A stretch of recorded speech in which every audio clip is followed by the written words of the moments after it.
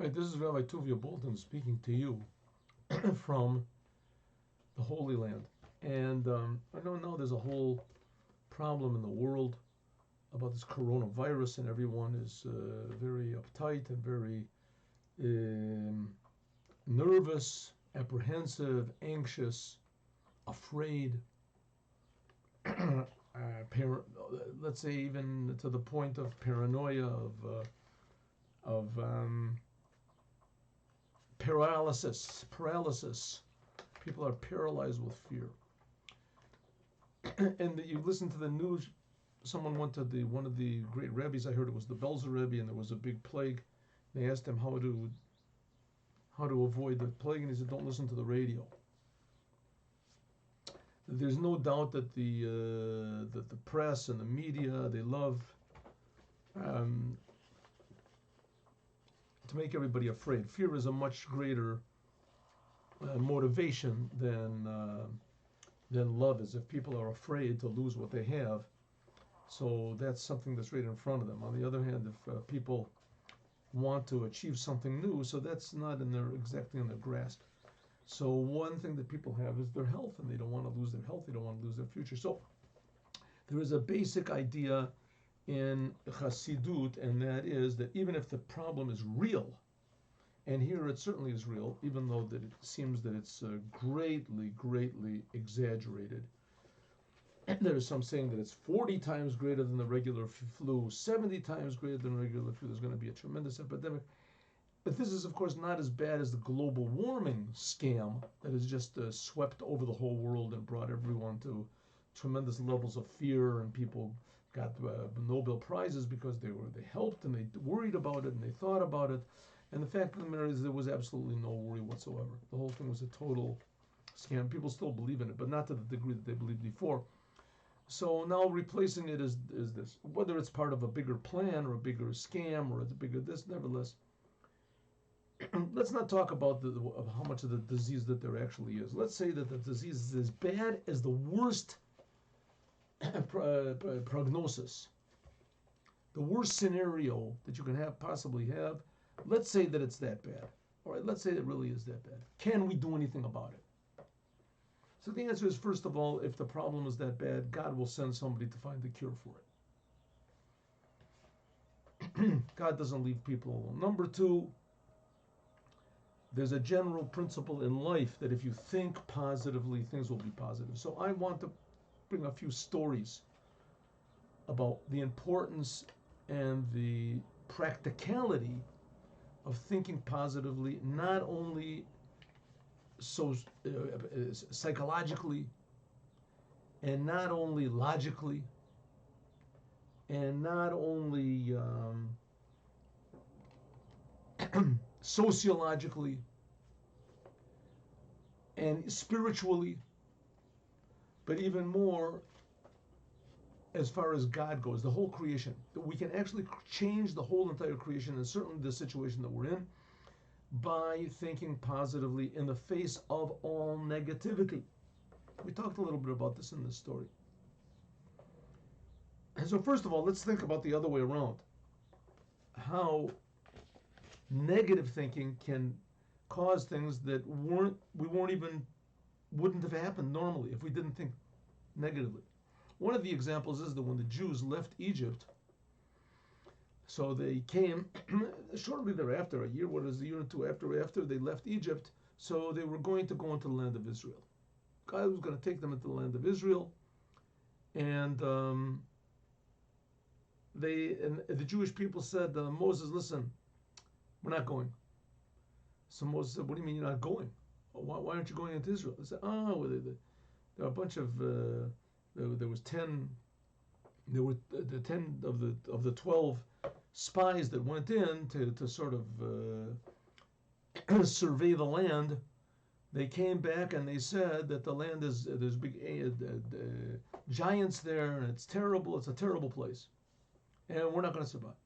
So Moses says, you got to go in. So the people said, Lu matnu be'eretz Mitzrayim or b'midbar hazeh lu matnu.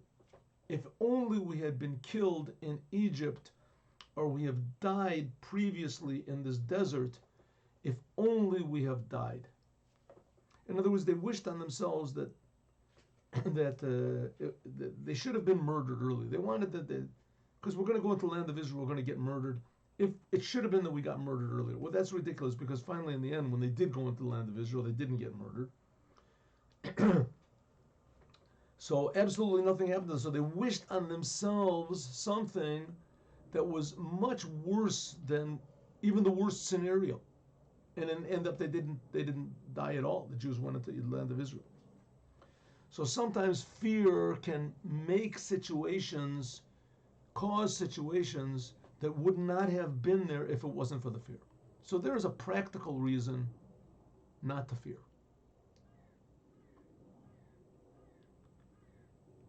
Another saying, and this is what we learned in the Maimer in the morning, and it's a Hasidic saying, but of course it's very firmly based on reality, and that is tracht gut wird sein gut. If you think good, it will be good. And there's even more to it than that. The reason God put us in the world, Jew and non-Jew alike, is for a purpose. We're here for a purpose. And God did not just put us in the world from the first man, and since then it's just evolution has been taken over. You can believe that if you want. I mean, you can believe anything if you want. But it's not true. The truth is that God put us in the world, and He puts us in the world every moment for a purpose. And that purpose that we have in the world is to make this world a better place. For the non-Jew, it's to make this world a good place, an improved place, a meaningful place. And for a Jew, the job is to make this world a godly place, a holy place, a blessed place, a holy temple, a different type of happiness, a different level of meaning. That's why we're here. But as it is, the world is a very nasty place. It's a very disappointing place. It's very low. It's very cruel. Everybody dies. There's sickness. As the Professor Viktor Frankl put the tragic triad of guilt and suffering and death. Everybody has to go through it to a certain degree. What are we supposed to do about it? What are you supposed to do? So it says, tracht gut wird sein gut. If you think good, it will be good. Think good, it will be good. You're not going to avoid dying. Everybody's going to die. That's the way it goes. I mean, listen, maybe not. I mean, up to now we haven't died, right, if you're watching this. But it probably, I mean, you can probably survey around you that it's not going to last long. You know, people, they live 100 years, 120 years old. Eventually there will be the raising of the dead. We'll talk about that in a different time. But nevertheless, as it is now, people, so you're not going to get out of it. So it's a thing that you have to have an attitude of positiveness. Find something good in it. In the case of Viktor Frankl, he says a good thing, if people didn't die, then people would just put things off forever. And they say, how do they say in America? If it wasn't for the last minute, nothing would ever get done. We have to know a person has a certain amount of time in the world. Tzva le'enosh alei oretz. There's a certain amount of time for everybody in the world. You have a certain amount. In that time, why waste it worrying? Not only that, even more. Forget about not doing bad. What about yes, doing good? If you think good, then you're ready for the good. If you think good, then you will bring good on yourself. If you think good, then God will give you a blessing. That's the way it goes. You think good and you make the situation better. And it's brought, we've talked about that in the Maimer in the morning, that there was a man that came to the Tzemach Tzedek and he had a son that was terribly sick. And all the doctors had given up, and the Rebbe said, think good and it will be good. And sure enough, that's what happened. There's a story about the Gerer Rebbe, that once the Gerer Rebbe, one of his Hasidim, one of his followers came in crying, weeping. He had x-rays of his son. And he said, Rebbe, my son, he's dying. All the doctors gave up. Look at the x-rays.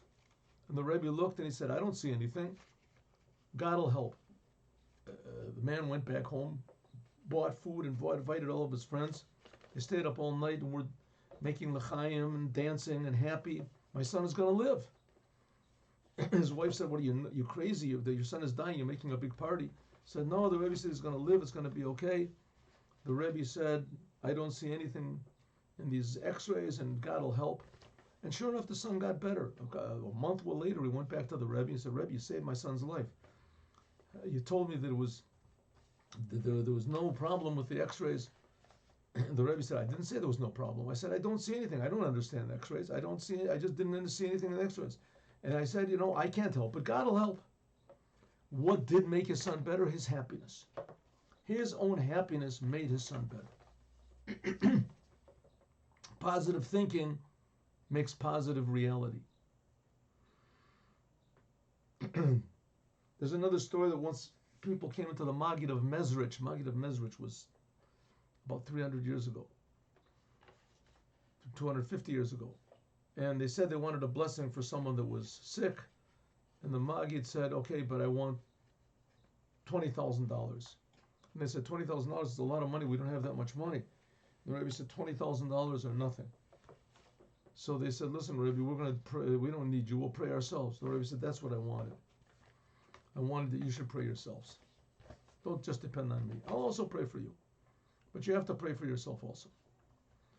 In other words, prayers, good thoughts, positive wishes help.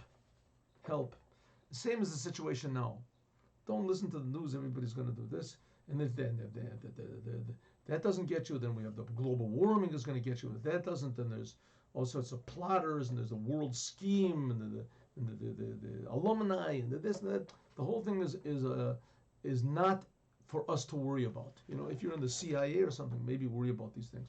But the worry does not help, and it doesn't improve the situation one iota. But good action, good speech, good thought certainly does.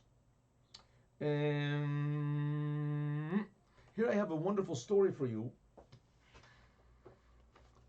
There was once in Lag BaOmer, when in the beginning of the Israel, the Medinat Yisrael, so there were a lot of Jews that were in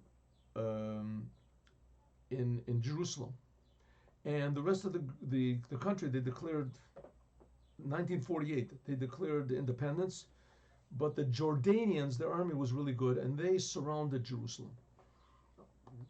And there was no way to get food in. The people in there were starving, and there was a small force of soldiers there, but they were vastly outnumbered and they were outarmed. But it happened to be Lag BaOmer. Lag BaOmer is the holiday that it's a great festival, especially in Israel, and they light fires. And it's the time when Rabbi Shimon Bar Yochai passed away. He passed away like 1,800 years ago, 1,000 something like that. So the young men there wanted to make a fire and dance around. So the older people said, listen, you're crazy. The Jordanians, they're just waiting to fire. When they see a fire, they'll know where to shoot. As it was, the Jordanians, they didn't want to bombard the country too much, because they were worried that they would wreck the buildings, and they figured they were going to go in the next day and take the buildings over anyway. Anyway, so these young men convinced the elders that they would make a little fire, and it would be in the daytime, not in the night, right near the night, but not in the nighttime, so it wouldn't make anything, and they would dance around a little bit, 10 minutes, and that was it, and then we'd put the fire out. So the old men said, okay. So they started dancing around. They made a little fire. They started dancing around, but somebody brought a little bit of vodka or something there, and they took a couple of drinks. And then somebody brought a few more logs, and 5 minutes, 7 minutes, what's the big deal? And then they brought a little more vodka, a few more logs. We're already doing it 7 minutes, so we'll do it for 10 minutes, 20 minutes. Finally, it ended up, it was total night, and the Jordanians suddenly started bombing the place, shooting artillery, and the Jews were they all ran into the shul. It was the strongest building in the place, and they figured that after this bombardment, the Jordanians were not going to attack and take everybody prisoner. And somebody brought these little these little loaves of bread that they had made, and they made a party for Rabbi Shimon. And amazingly enough, then they waited for the Jordanians to attack, and they didn't attack. In the morning, somebody looked, and they saw the Jordanians had actually retreated.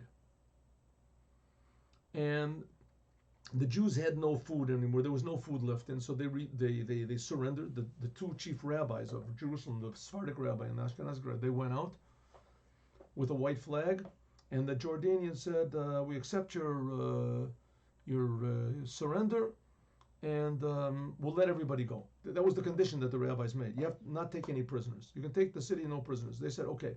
So they took out. I guess they took out all the Sefer Torahs from the city, and everybody. After they left, somebody asked one of the Jordanians, "What exactly happened? Why did you all move?" He said, "Well, what did we move? Because you felt you don't try to make tricks. We know that you have a secret weapon, and we were afraid that you would use the secret weapon. But it just must have happened that you got so hungry and you're so starving that you figured that maybe the war would last too long and you wouldn't be able to hold out. And tell us what the secret weapon is." So they said, "Well, secret weapon? We don't have any secret weapon." You Jews, you're liars. We know you have a secret. How do you know we have a secret weapon? So because we saw that you made this fire last night, you were all dancing around all happy. How could a person be happy if he's going to be attacked and killed the next moment? Right? The reason we shot the artillery was we retreated, and we shot the artillery to cover, as a cover. So it ended up that their happiness actually caused, okay, you can say it was a psychological thing, it was this, or maybe you can say it was a big miracle, which however it is, it certainly was a big miracle. You can say nature made the miracle. You can say that God made the miracle. That's what I say. I have a friend that he made a big. He had a Chabad house in a city in Russia, and he was going to make a big summer program for children, and it was all planned out.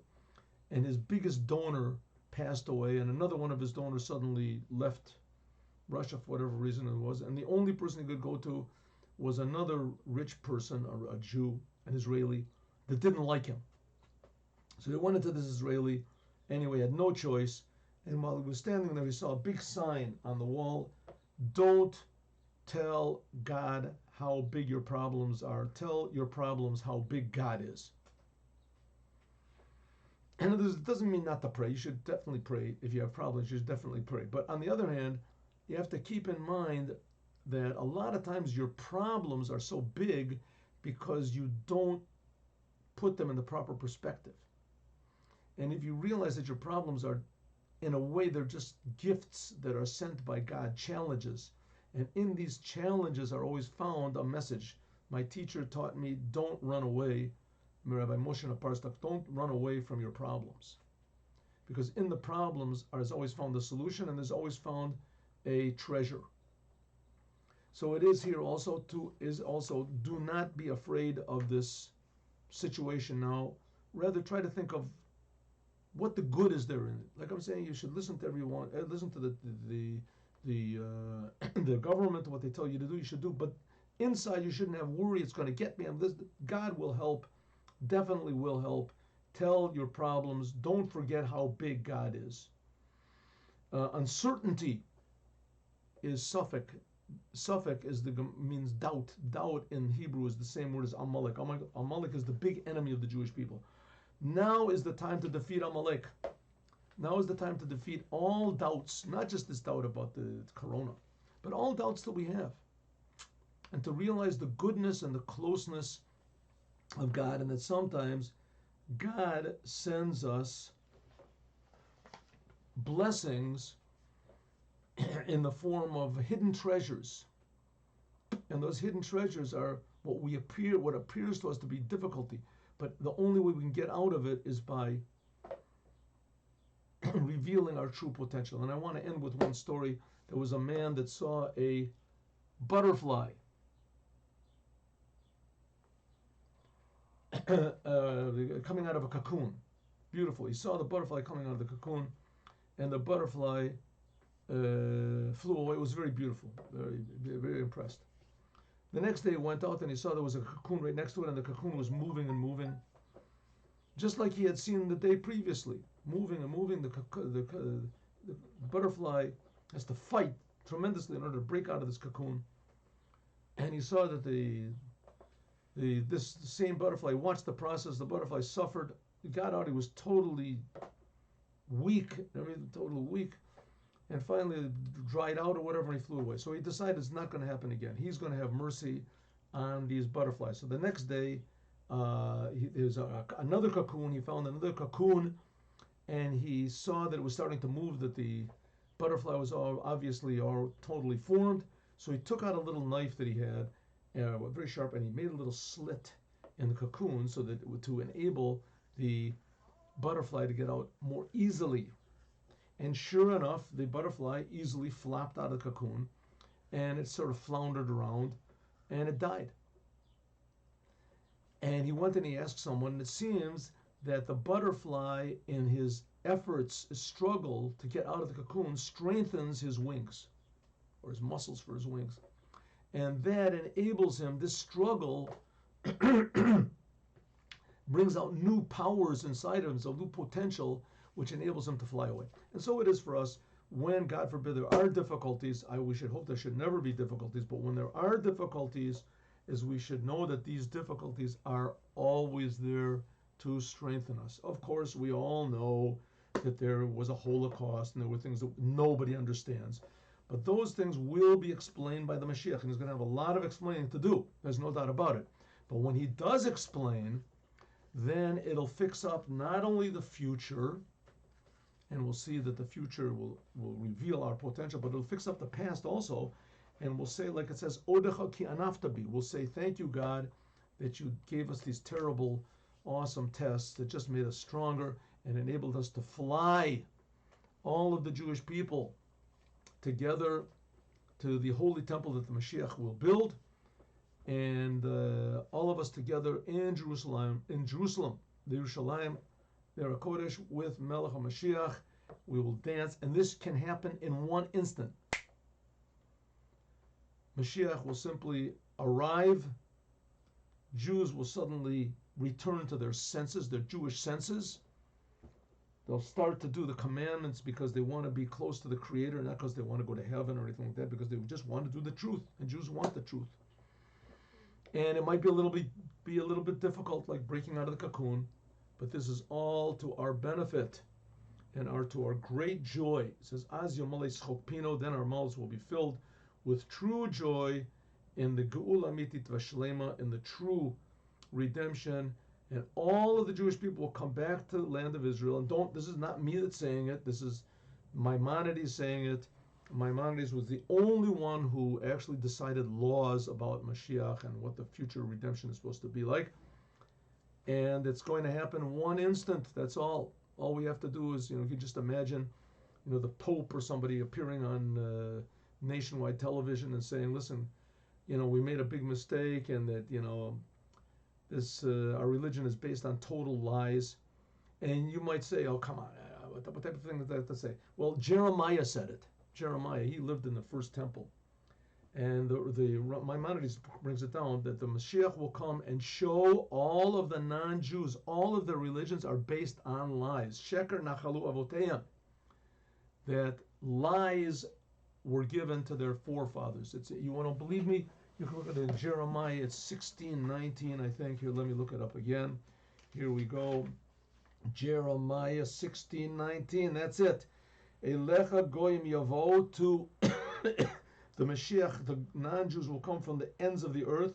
The Yomer, they will say, Ak shecher nakalun avotenu, that our religions are based on lies, total lies.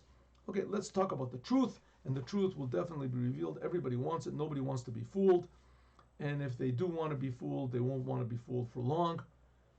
And this will bring what happiness when a person realizes who he really is and how wonderful this physical world is and how big a miracle it is and how important each and every one of us, Jew and non-Jew, is in the eyes of God, and how indispensable we are. This will give each and every human being a tremendous happiness and a tremendous desire to improve every situation that he is, from making darkness into light. And all the time we were thinking good, it will actually be good.